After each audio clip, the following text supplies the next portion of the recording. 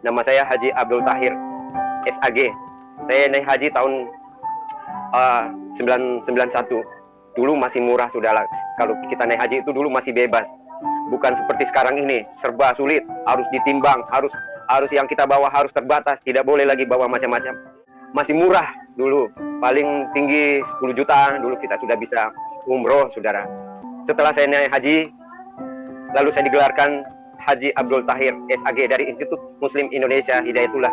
Kebetulan saya juga kuliah di salah satu kampus di IAIN Ciputat, saudara. Saya mengambil satu jurusan Tarbiyah Bahasa Arab. Dan kami dididik sejak kecil, saudara. Untuk keislaman kita sangat radikal. Dan orang tua saya sangat radikal. Karena orang tua saya, papa saya, orang Makassar. Dan ibu saya, orang Gorontalo. Berdua sudah mereka naik haji. Jadi saya punya istri 1 dan 2 anak, saudara. Semua putra. Saya sudah berpisah dengan istri saya karena saya menerima Tuhan Yesus. Ya, dia ambil semua anak saya, saudara. Tapi tidak ada masalah. Dan saya bersaudara, 14 bersaudara, 2 ibu. Ya, punya istri banyak papa saya, saudara. Karena dia angkatan darat, ya, tentara, saudara. Di Makassar, di Unit 700 di Makassar. Sudah pensiun, letkol. Haji Ismail namanya. Kalau mama saya, dia hakim di Pengadilan Negeri Makassar, lalu pindah sebagai hakim di Gorontalo, Kimboto, saudara. Arina Umar, sarjana hukum. Ibu saya, Pam Katili. Gitu. Saya mengajar di salah satu institut di Al-Quraba, di Rawamangun, saudara. Saya mengambil jurusan tarbiyah.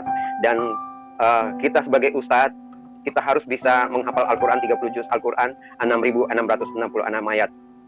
Dan kita dididik sejak kecil itu sebagai Islam. Islam artinya taat patuh kepada Allah Subhanahu wa taala, dan muslim itu adalah pengikut Muhammad. Dulu waktunya kita masih kecil, betul-betul kalau kita tidak mengaji itu, saudara, kita dicambuk, saudara. Dicambuk sama orang tua kita. Harus betul-betul kita bisa baca dari Iqra, abjadnya itu semuanya. Lalu kita pindah di Al-Quran besar, saudara. Sangat radikal karena papa saya itu, ya, orang tuanya masih yang terkenal di sana. Kakek saya itu Kahar Musakar di Makassar, saudara. Banyak orang-orang Kristen yang dia bunuh, saudara, di sana, di Makassar, saudara. Tapi ya, apa yang terjadi? Saya juga tidak masuk akal harus saya mengikuti Yesus dan saya dipanggil Tuhan Yesus, saudara. Jadi pada waktu saya sudah pulang dari Pakistan, kita sekolah di sana. Jadi kita studi banding sambil kita belajar bagaimana untuk belajar teroris gitu. Bagaimana caranya kita strategis dan cara kita untuk merembukan orang-orang Kristen di Indonesia ini. Karena kami punya misi dan visi untuk menjadikan Indonesia ini menjadi syariat Islam, saudara. Kalau masalah dana hanya 100 juta itu cepat. Ya, kalau di Islam itu, saudara, saya merasakan itu, saudara. Tetapi setelah saya merasakan di Kristen ini, saudara, untuk penginjilan, ini sulit sekali, saudara. Ya, bagaimana caranya untuk bertumbuh, saudara, di dalam kekristenan karena tidak bersatu, saudara. Tetapi kalau di Islam itu bersatu, kalau ada satu kegerakan, itu cepat sekali masalah dana dan orang respon itu, saudara. Saya tinggal dulu di Kalimalang, saudara, dekat Universitas Borobudur. Jadi setelah saya pulang dari Pakistan, saya sementara duduk sholat, kita sikir itu 33 kali 3, jadi 99 kali harus kita sikir, saudara. Apa sebabnya kita sikir? Karena masing-masing kita mencari keselamatan. Karena di dalam Al-Quran tidak ada keselamatan. Lalu tiba-tiba saya sikir, la ilaha illallah, Allahu akbar, walhamdulillah, Allahu akbar.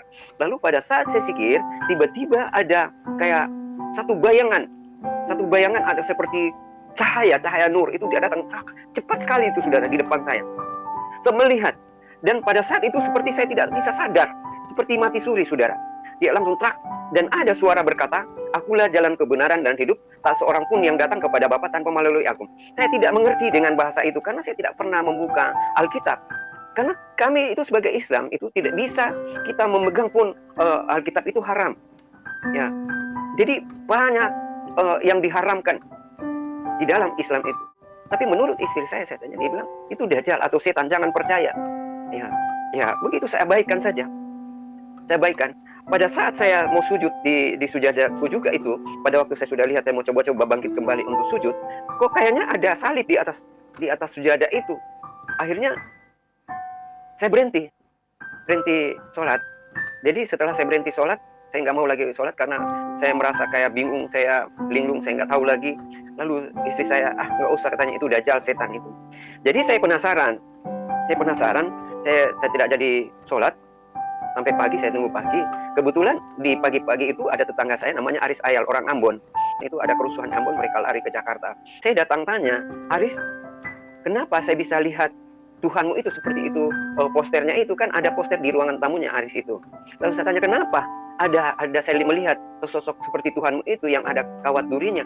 Lalu Aris berkata kepada saya, wah hebat sekali Pak Haji. Kita saja sejak lahir tidak pernah berjumpa dengan Tuhan. Tetapi kenapa Pak Haji bisa berjumpa?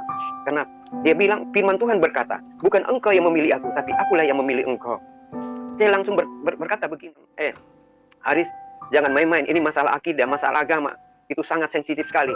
Dia bilang, kalau Pak Haji percaya, kalau tidak percaya tidak apa-apa juga. Lalu saya pulang ke rumah, istri saya sudah ke kantor, lalu saya juga mandi, saya berangkat ke kampus. Di kampus saya bertanya, kita ada kayak reuni, rapat begitu, saya bertanyalah kepada para teman-teman saya ini, ulama, kiai, ustadz, dan sebagainya. Saya tanya, saya bilang, Pak Kiai, semalam itu saya lagi tasbih, lagi zikir, kok tiba-tiba saya melihat sosok kayak ada manusia dan suara itu, tapi saya nggak mengerti dengan suara apa itu. Lalu dia berkata juga, Pak Kiai, dia bilang, itu kan Dajjal, setan. Memang setan itu selalu menggoda manusia di saat kita ibadah, kita sholat. Jadi janganlah engkau percaya hal-hal begitu yang gaib. 1 tahun kemudian lagi, ya sekitar 2002-2003 kalau saya tidak salah itu, saya datang. Lalu saya lagi keadaan saya sholat di tempat itu juga, kan biasa tempat sholat saya itu satu arah menghadap ke kiblat. Pada saat saya sholat lagi, itu lagi tahajud ini, bukan lagi sholat subuh, tapi ini lagi tahajud. Ya, lagi tahajud, tiba-tiba ada lagi datang suara, tapi tinggal suara. Dia berkata, jangan engkau khawatir, aku akan menyertaimu dan aku akan menyediakan bagimu tempat di surga, katanya.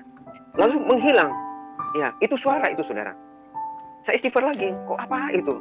Ya, astagfirullahaladzim wa tubu ilaih, Tuhan ampuni aku. Apakah itu opo-opo atau guna-guna dari orang? Apa salahku? Kenapa, saudara? Karena saya berpikir bahwa tidak mungkinlah harus dengan roh-roh yang demikian, harus yang bisa menembus daripada iman saya. Karena saya ini guru ngaji. Bahkan di Pitung, di Manado itu, dari Gorontalo sampai Bitung itu saya mengajar mengaji itu, saudara. Anak-anak di Pasar Tua itu.